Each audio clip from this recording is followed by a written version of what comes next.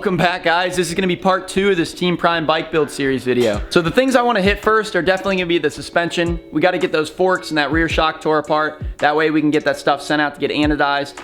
The other things like the wheels, the engine covers and the frame, that stuff's all getting powder coated. So I'd really like to get those cleaned up and ready to get out. Then lastly, we're going to go ahead and we're going to tear into this motor. I really want to figure out what's going on in there, and that way we have time to send anything out that needs repaired or buy any of the parts that we need to replace. Alright, so the plan for the front forks is just take them apart, clean them, replace the seals, fill them up the correct amount of oil, clean them, make sure everything's good to go. And then we're actually going to get the outer tubes anodized like a dark gold color.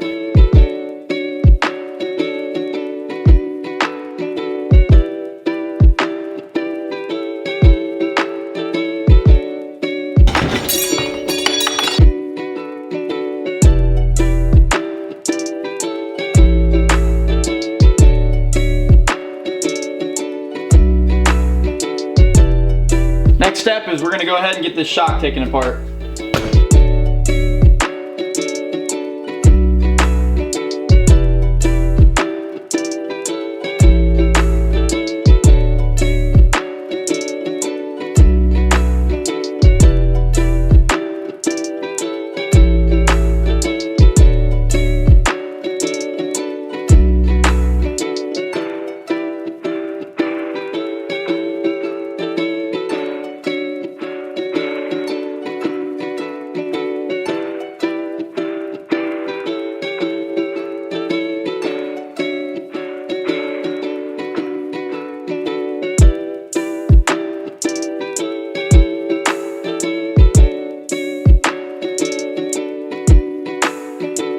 Forks all tore apart. We're gonna go ahead, take these outer fork tubes, send them out to go get anodized. Similar to the forks, we went ahead, took the whole rear shock apart.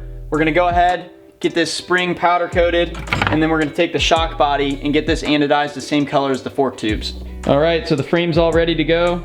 I'm just gonna go ahead and clean off some of this, some of this big stuff here before we send it over to get powder coated. And if you guys actually notice, there is a hole in the frame. Not sure how that got there, but I'm gonna take this over to my buddy's tomorrow. He's gonna weld, put some beads around there and grind it off. Nothing too special, but just that way we can get that covered up.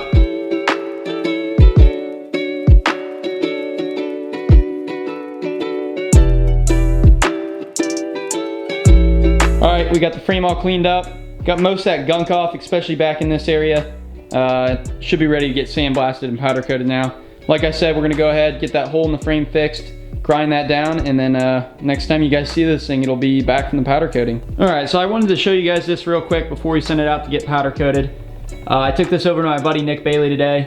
He did an awesome job. Him and his family own Olson Sheet Metal in Barberton, so if you're in the area and need something done, definitely give them a call. But yeah, he did an awesome job. Once you get the powder coat on here, you're never even gonna know it was there.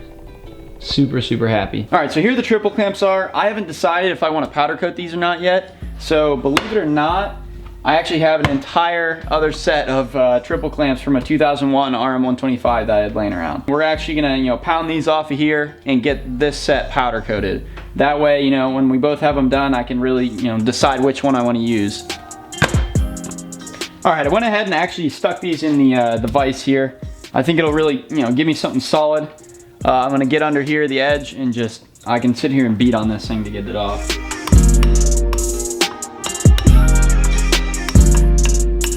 All right, so that actually came off pretty easy. It wasn't too bad. Now, if you guys don't have a set of these, big punches or chisels that you can kind of beat on stuff with, I highly recommend picking up a set like this. I got it for like 20-30 bucks on Amazon a couple years ago. Definitely, you guys want to get yourself, a set of these.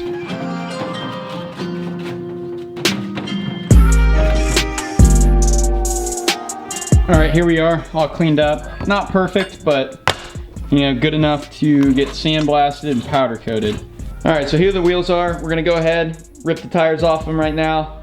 We'll go ahead and unspoke them. We're gonna get the rims are gonna get powder coated, and then the hubs, we're just gonna keep the aluminum color. We'll just get them all cleaned up. So let's go ahead, let's take these tires off.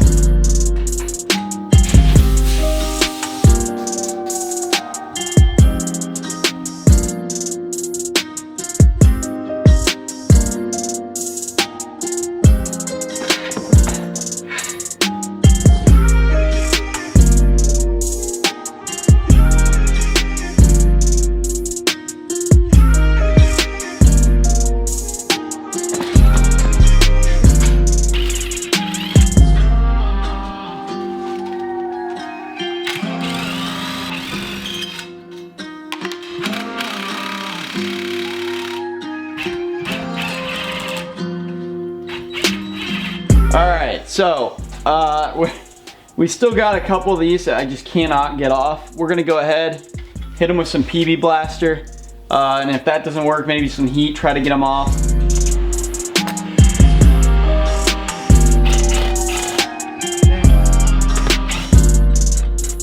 Well, we did not have any luck getting these things off, so unfortunately we gotta cut them.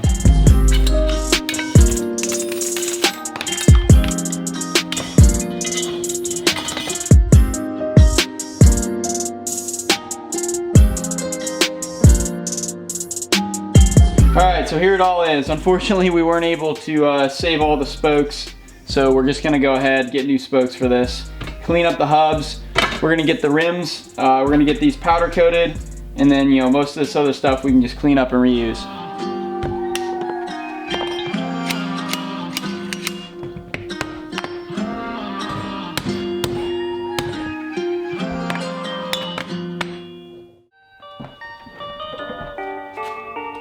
All right, it's time to break into this motor. I'm pretty excited. I don't know what we're gonna find out in here. When my buddy was riding it, he said things were slapping around in there, making a whole bunch of noise, so I'm pretty curious to see what we got going on inside. Let's take a look. All right, here's the moment of truth. Let's see what we got. Ooh, yeah. Oh yeah, we got some metal in there for sure. We'll check the rest of it out there.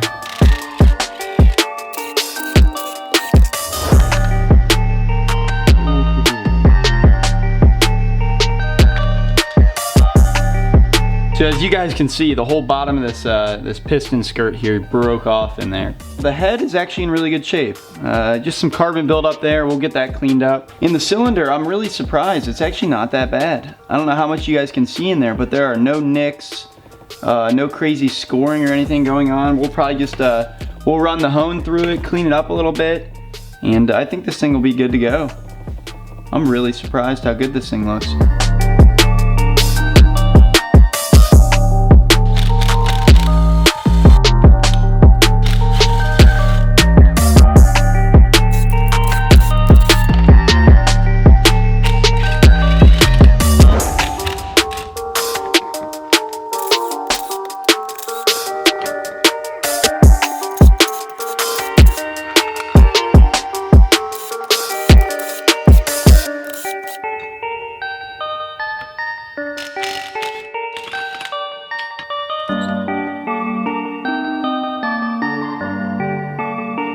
So I don't know how well you guys can see, but you know, on the edge there's actually some grooving here.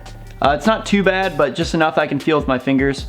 So I think we'll be able to, you know, file these down, make them smooth.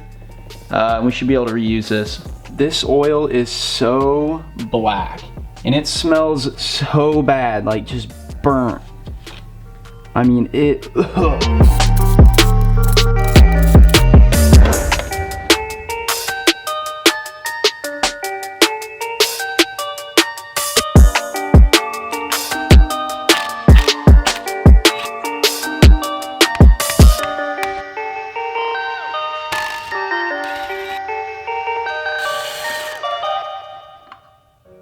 Alright, so the way to tell if reeds are still good is you just hold them up to the light, and if you see any light coming through, that means they're bad.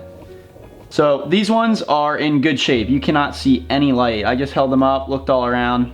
So these ones are good to go. We'll be able to reuse these.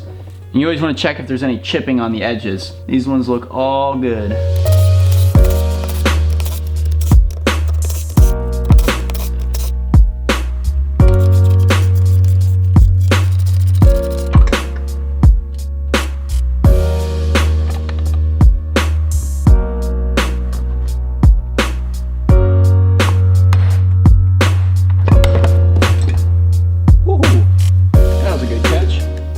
There you have it, all taken apart. Now I like to keep all my stuff organized. I got like the ignition side, clutch side, then inside the motor.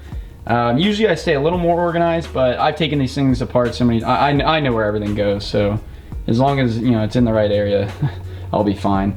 As far as the cases go, they appear to be actually in good shape. No gouging, nothing's broke. Now the crank, like I said before, it has no up and down play.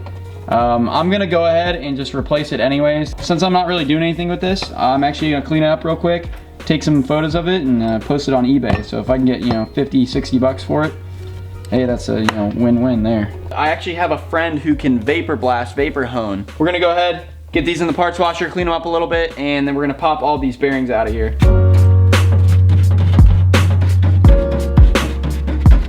All right, they're still pretty dirty, but I just wanted to go ahead and clean most of that, big chunked up dirt off there, because we're gonna be removing the bearings in here, and to help remove them, we're actually going to be putting them in the oven at 350 degrees for about 20 minutes.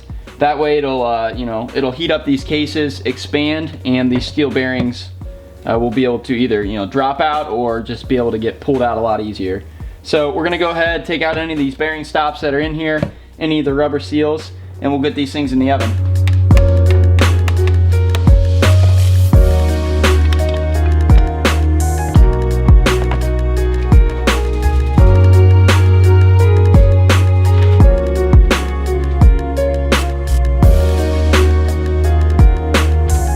It's been in there for about 10-15 minutes now, and the kitchen's kind of starting to smell, which is probably not too good.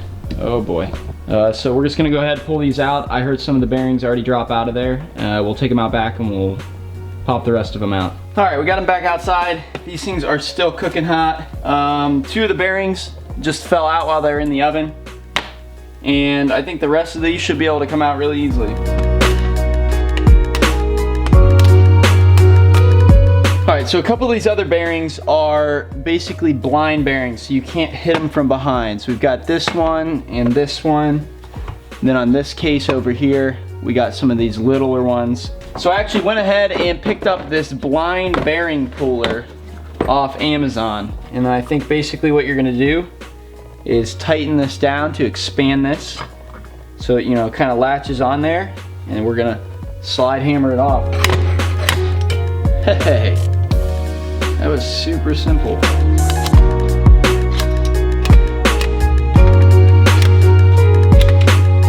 Here we are. All the bearings are out. These things are ready to go. Next time you see them, they will be they'll be looking a lot different than this, that's for sure. So I want to go ahead and get the cylinder vapor blasted as well with the cases. So I'm just going to go ahead. We're going to pull this power valve assembly off of here and get this thing ready to go as well.